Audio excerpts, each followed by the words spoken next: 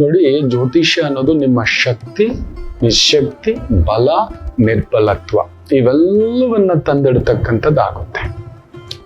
ತಟ್ಟೆಲ್ ತಂದಿಡುತ್ತೆ. ನಮ್ಮನ್ನ ಮೊದಲೇ ಆಲೋಚನೆ, ವಿವೇಚನೆ, ಚಿಂತನೆ ಅದು ಮಾಡಬಾರ್ದಿತ್ತು. ಅಯ್ಯೋ ಅದು ಅವತ್ತು ಮಾಡಬಾರ್ದಿತ್ತು, ಅಯ್ಯೋ ಅದು ಹಾಕಬಾರದಿತ್ತು, ಅಯ್ಯೋ ಅಲ್ಲಿ ಹೋಗಬಾರದಿತ್ತು.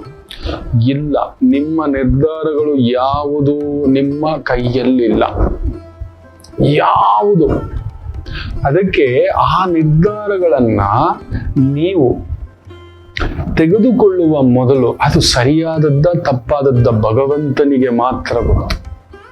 ಅವನ ನಿರ್ದೇಶನದಲ್ಲಿ 100% ಗಾಯ, ದೊಡ್ಡ ಏಟು ಬೀಳೋ ಜಾಗದಲ್ಲಿ ಉಗುರಿನಷ್ಟು ಪೆಟ್ಟು ಬೀಳಲಿ. ಅದಕ್ಕೆ ಜಾತಕ ಪರಾಮರ್ಶೆ ಅಂತ ಹೇಳೋದು.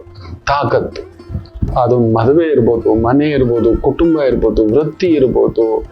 ನೀವು ನಂಬಲ್ಲ, ತುಂಬಾ ದೊಡ್ಡವರುಗಳು ಅದೊಂದು ಅನಾಲಿಸಿಸ್ ಇಟ್ಕೊಂಡೇ ಕೂತಿರ್ತಾರೆ. ಅದು ಬೇರೆ ಹೊರಗಡೆ ಏನೇನೋ ಇರುತ್ತೆ, ಇನ್ನೊಂದಿರುತ್ತೆ, ಅದು ಬೇರೆ.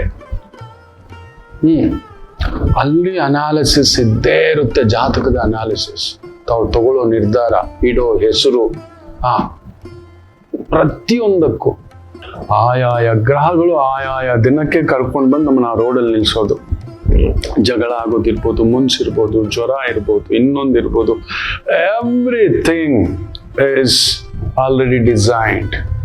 ನೀವು ಅದನ್ನ ಸ್ವಲ್ಪ ಅಬ್ಸರ್ವ್ ಮಾಡ್ಕೊಂಡ್ರಿ ಅಂದ್ರೆ ನಿಮ್ಮ ಕರ್ಮನು ಇಂಥ ದಿನ ಜಗಳ, ಈ ನಕ್ಷತ್ರದ ದಿನ ಇಂಥ ವ್ಯಕ್ತಿಗಳ ಜೊತೆ ವ್ಯವಹಾರಗಳಲ್ಲಿ ಇನ್ನೂ ನೀವು ಅನುಭವ ತಿಳ್ಕೊಳ್ಳೇ ಇಲ್ಲ ಅಂದ್ರೆ ಇನ್ನು ಹೇಗೆ ನಾನು ಎಲ್ಲಿಂದ ಅದಕ್ಕೆ ಬರ್ಬಿಟ್ಟು ಗುದ್ದು ಬಿಡ್ತಾನೆ ಅಂತ ಹೇಳ್ತಿರ್ತಾನೆ. ಸಂಕಟ ಆಗ್ಬಿಟ್ಟು ಇಲ್ಲ ಮಾಡಿಬಿಟ್ಟು ಬಾವಿಲಿ ಕೊಲೆ ಮಾಡಿಬಿಟ್ಟು ಕಾಪಾಡಿ ಗುರುಗಳೇ ಅಂದಂಗಾಯ್ತು. ಮಾಡೋ ಮೊದಲು ಒಂದು ಫೋನ್ ಕಾಲ್, ಒಂದು ಲೀಗಲ್ ಸಿಸ್ಟಮ್ಗೆ ನನ್ನ ಬೆದರಿಸ್ತಿದ್ದಾನೆ ಸರ್, ಅಭಾಸವಾಗಿ ಮಾಡ್ತಿದ್ದಾನೆ ಸರ್, ಕೆಟ್ಟದಾಗಿ ಮಾತಾಡ್ತಿದ್ದಾನೆ ಸರ್, ಏನೋ ಒಂದು ಮಾಡ್ತಿದ್ದಾನೆ ಸರ್, ನನಗೆ ರಕ್ಷಣೆ ಕೊಡಿ, ಕಾಪಾಡಿ, ನಾನು ಏನ್ ಮಾಡ್ಲಿ.